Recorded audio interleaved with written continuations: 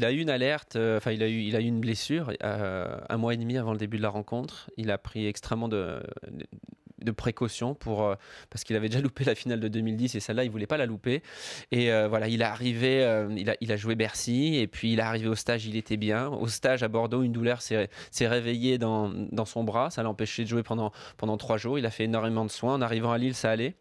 Il n'y avait aucune alerte, en tout cas aucun signe par rapport au fait qu'il ne puisse pas jouer ce premier match du vendredi. Enfin, il avait quand même zappé des entraînements à Bordeaux lors de la semaine de préparation, donc des alertes il y en avait, Arnaud.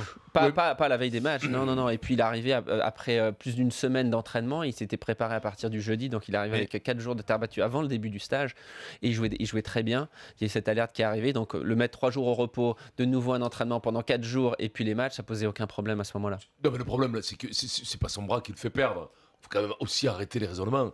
Il se fait déboîter par Wawrinka. Je veux dire, à un certain moment, on peut reconnaître, et c'est ce qui te met dans la panade, parce que tu penses à aucun moment que Wawrinka, qui avait été plutôt moyenasse, moyen courrier, quelques jours avant, il traînait pas son meilleur tennis. Sur le dernier mois, il traînait pas.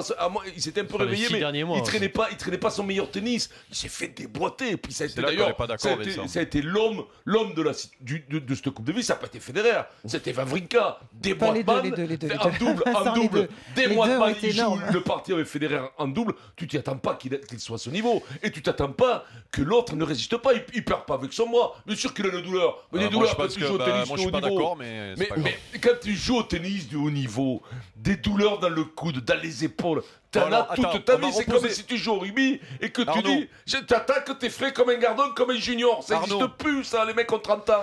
Ils sont blessés de partout. Alors attends, parce que Arnaud est là pour répondre. Et oui, je réponds à quoi, en fait. Vincent et ensuite Eric te posera une question.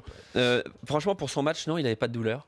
Le soir même, non, il avait toujours pas de douleur. Quand on a discuté justement du choix du double et au moment où Joe, on parle, il faut qu'il se remette de cette baffe qu'il prend parce que bien sûr perdre comme ça à domicile, c'est dur. Après, je suis pas tout à fait d'accord parce que Wawrinka, même si pendant quelques mois il a été beaucoup dans le doute, il a quand même très bien joué au Masters. Il a une saison qui est bien meilleure que n'importe quelle saison des joueurs français. Il est numéro 4 mondial en fin d'année, donc il est meilleur sur le papier. Il est favori contre Joe Wilfried-Tsonga, même si c'est en France, quand il s'avance sur le terrain.